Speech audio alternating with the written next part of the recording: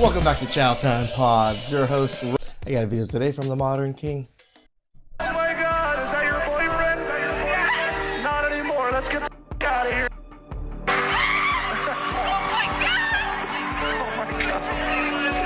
Oh my God, sit down. Sit down. Sit down. Go sit down. Sit down. Sit down. Have a seat. What? We've been together for Girl, he don't like you like that. almost 4 years, and we are supposed to be getting married in a few months, but I just can't get past her spending habits. Spending habits is a huge deal, man. Stop it. You know better. A lot of layers here already, man. So let me know what's going on. I've spent most of my life building, myself, and now I make $10,000 a month after taxes, and it took a lot to get to this point.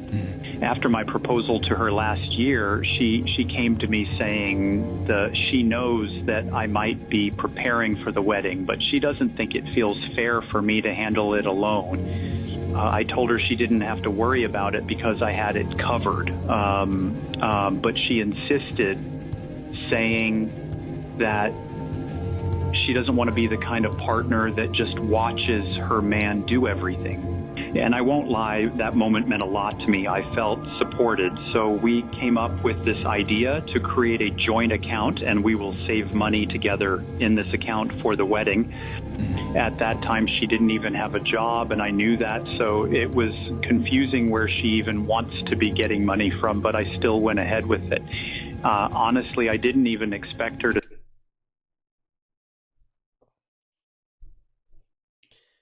This is why we do what we do, man. So you get scenarios like this, you get experiences like this, you get stories like this. This woman used this man. As we can probably hear ourselves, she set this man up from the get-go. He just didn't realize it. I just don't want that to be you guys. Protect yourselves. To save anything, I just wanted her to feel like she was contributing, because I believed She knew what she was in doing. the vision of us working together towards one goal as a couple. And since we are getting married, it was a perfect opportunity to build more trust. So I made a personal commitment that I'd save 50% of what I make every month 50%, bro? into the account. Fast forward 2 months, I noticed the first debit from the account, and I was so sure it wasn't the bank, so it could only be my fiancée. And when I asked her, she said she just wanted to get her nails done and didn't think it was a big deal. At that point, we had just saved $10,000 in the account, and I didn't want to 2 months, you saved $10,000. You're making like $10,000, bro. Bruh. make her feel bad. So I told her it was okay as long as she doesn't repeat it, because it's for our wedding, not us. I thought she would listen because I have never seen this side of her, but she just kept pulling money from the account. Set him up from the get-go. Using it to buy all sort of expensive bags and heels, saying it's for the wedding. We have fought a lot after that time about her inability to control herself, and just think, I got tired. And it's just kind of sad because men are so infatuated and love women so much. We see this issue ourselves. He called into the radio show, right? Because he needs a little bit of advice. But any other man seeing this and going through this would be able to like see it, right? Oh, sorry. Any man from the outside sees it, but the men that are always inside of it, it's so hard for them to see it and realize that they're getting worked. Of arguing, and I just stopped funding the account. Our wedding is in a few months, and even though I did not tell her, I have enough money in my personal savings account to fund the wedding, but I don't know if I want to move forward anymore. my family and her family are looking forward to the wedding, but I am the only one who knows about this ridiculous, extravagant spending. You know, like the money is not the problem.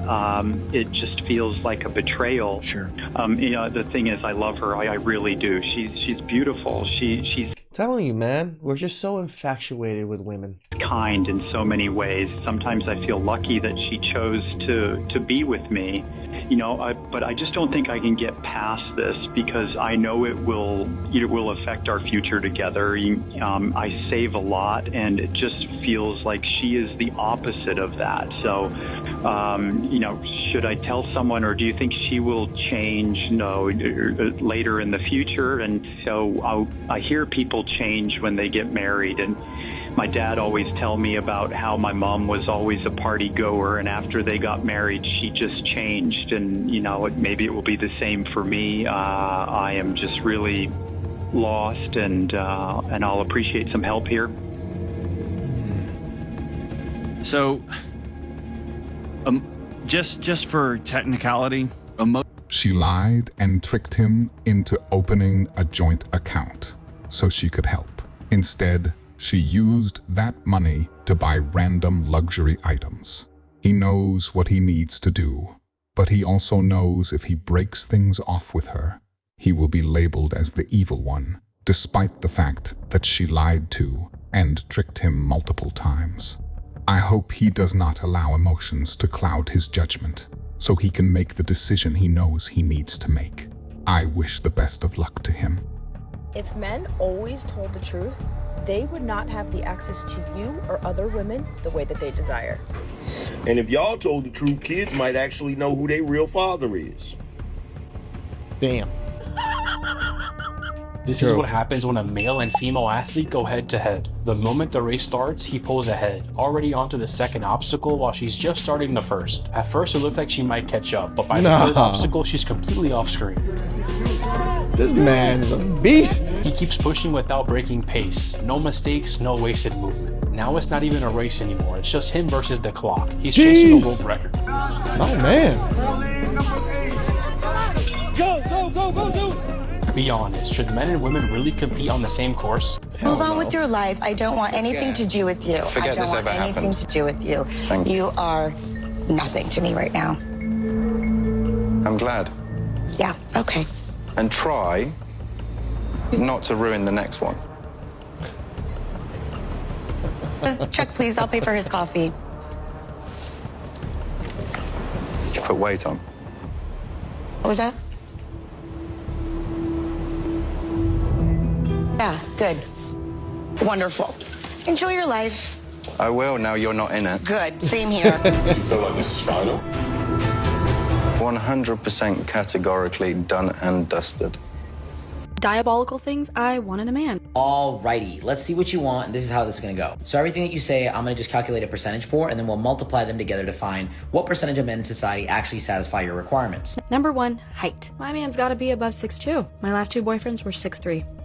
Both of them. And they were jacked. And they looked really good. How am I supposed to downgrade from that? So, unfortunately, my next man will have to be 6'2" and up. Alright, not gonna lie, we're starting off pretty intense. Maybe the rest won't be as bad, but 6'3" and up is 1.4% of all men. Number 2. 1.4%. Jesus. You can't have a gut. I need you built. I need you fit and going to the gym multiple times a week. I'm sorry, I'm just not gonna date a fat guy. If I can be in the gym 5 days a week and be fit and care about how I look, you can do it. Alright, this one is a little bit... Yeah, but you're a broke, dusty, musty, crusty, has all this time on her hands. I gotta make money. More subjective, and I had to do a lot of research for it, but what I came across was that the percentage of men that are very, very fit, meaning that they go to the gym multiple times a week, they have a body mass of around 10% to 12%, that is around 3% of men, and that's being very generous based off the studies that I found. Number 3, he cannot have a salary cap. Whatever career he's in, he needs to have multiple streams of income, and we need to be able to make as much money as possible. That's why I will never date a guy who works in corporate. What is your 100K salary cap gonna do for me? The max you'll ever be able to get to is 150? Yeah, no, we're good. I need you in a career that is going to make us money. I am a lover of luxury. I like expensive things. I like expensive vacations. So will you, if you're my man. So we need a career that can support that. Number 4, whenever we travel, he's gotta be flying his business. I'm sorry, we're not staying in economy together. It's just not happening. Again, this is Again, she's average, maybe slightly above average, but expects the world. Or the lack of salary cap is really gonna help. And number 5, he's gotta have a really nice watch. I'm not really impressed when I hear somebody has a Rolex. And I say she's average, her face may look alright, but she's pretty flat chested. This is where the other people, when I say people look mid, people don't take the totality of that person, like looks wise. They always just look at face majority of the time. No, the totality of that person most of the time are mid people. Very few people have nice racks, nice ass, and a nice face. That puts them in the above average category. Anymore, because those can be really cheap. I would much prefer if you had an AP or a Patek and maybe multiple of them. The Rolex can be your day watch and it still better be 50 plus. Okay, so the last 3 things I'm gonna just jumble up into one. Having multiple streams of income, being able to fly not only in economy class but business class, being able to afford nice things, and having multiple luxury watches. I'm gonna say that this guy is gonna have to be a millionaire or make $1 million a year. So I'm gonna be really generous with this and say it's 1%, and 1% in many states is not even $1 million, but I'm gonna say he has to be a 1% income earner. So it looks like my girl here is from Toronto. So we're gonna add up the United States and Canada as well. And we're gonna use both those figures for the male population to calculate her chances of meeting somebody that fits her needs and criteria. So let's go ahead and crunch the numbers. We have 164.4 million men in the United States and 20.25 million men in Canada. Adding both of those up, we have 184 to 185 million men. Okay. Now, it doesn't seem like she's really picky on age, so we're just gonna go from 25 to 50 for this data set. That's about 60 million men rounded up based off all the data I saw in the United States, and about 6 million men for all the data I saw in Canada, which gives her a pool of 66 million men in that age category, and then we have to multiply the variables that she put out there. So that's 66 million times, gotta be the married ones too, times 1.4% for the height, times 3% for the fitness, and times 1% for the income. And this gives you a total of 277 men. So roughly 300 guys rounding up from US to Canada that fit your criteria if you're not willing to compromise. And on top of that, they have to like you and want to commit to you and be in a healthy relationship, which are factors that I have not calculated because I don't really know your personality, because I just know you off this video. So let me know if you guys think in the comments below that she's gonna find her man, and best of luck. I wonder what I'm surprised there was 200 men that fit the category. She has to offer that would make one of these 300 men want to marry her. Considering the fact that she is still single, I don't think it's a very good offer. Men used to go to war and now they won't even give the seat on the train. Tell me why, on the basis of the fact that you're a woman, do you need the seat more than a man without using dating preferences, gender stereotypes, or gender roles? I'm waiting, because if I remember correctly, chivalry to women men don't know was a very patriarchal construct built on the fact that women and men weren't equal. Also, maybe you should stop romanticizing the fact that millions of innocents were killed at war. They say they want to be treated. Please stop romanticizing that. Like men, yet still demand men give them preferential treatment. These types of incongruences and double standards are why people simply don't take them seriously anymore. Why do men have 2 heads but only know how to use one? Same reason you have 2 sets of lips and you don't know how to keep neither one of them closed. Sad! Women, be honest. How many of you believe, by round of applause, that men actually want to get married? And yet you force us to do it without shame or regret, and the pimpier you do is you convince us it's our idea. Yep. And that you're doing us a favor. So you see these goofballs online like, baby, we make me the happiest man on earth by doing the thing that only you want to do. Whenever I see the hashtag she said yes, I feel like it should say hashtag me too. Now. That's it. It's official. I have no friends anymore. What happened? Is everything okay? Sonia didn't wish me a happy birthday. That's it? What do you mean that's it? That's a friendship ender. You end friendships over birthdays? Yeah, well, you wouldn't know. You guys probably wish each other a happy birthday every year. I don't even know when his birthday is.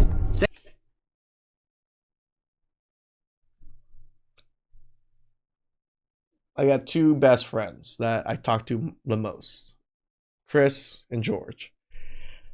I actually do not know their birthdays. I know George is in May, somewhere around May 20th or so. And then Chris is in like December-ish area. That's about it. Same. I literally just wait till someone says happy birthday in the group chat. What? How do you guys function like this? This is how it's always been. I know nothing about this guy. Same. I like it like that. You guys must know something about each other. Do you know his middle name? I don't even know his last name. Do you know where he lives? No, he just kind of shows up. Okay, you're stupid. How long have you guys been friends? Hey, me and Sachin were in kindergarten together. You guys have been friends for that long and you know nothing about each other? He picked me up from the airport at 3 a.m. once. That's love. Wait, when is your birthday again? I don't know. That's my mom. Oh my god, I didn't even know you had a mom. That's sick. Dude, right? She's pretty cool. It's crazy. If you enjoy We're just simple creatures. If it's fun to hang out with someone, we don't need to know their background, who they are, and all this junk. We're just having a good time. Men just are there for a good time. Please like, subscribe, comment down below. I really appreciate that. And I'll catch you guys next time. Ciao.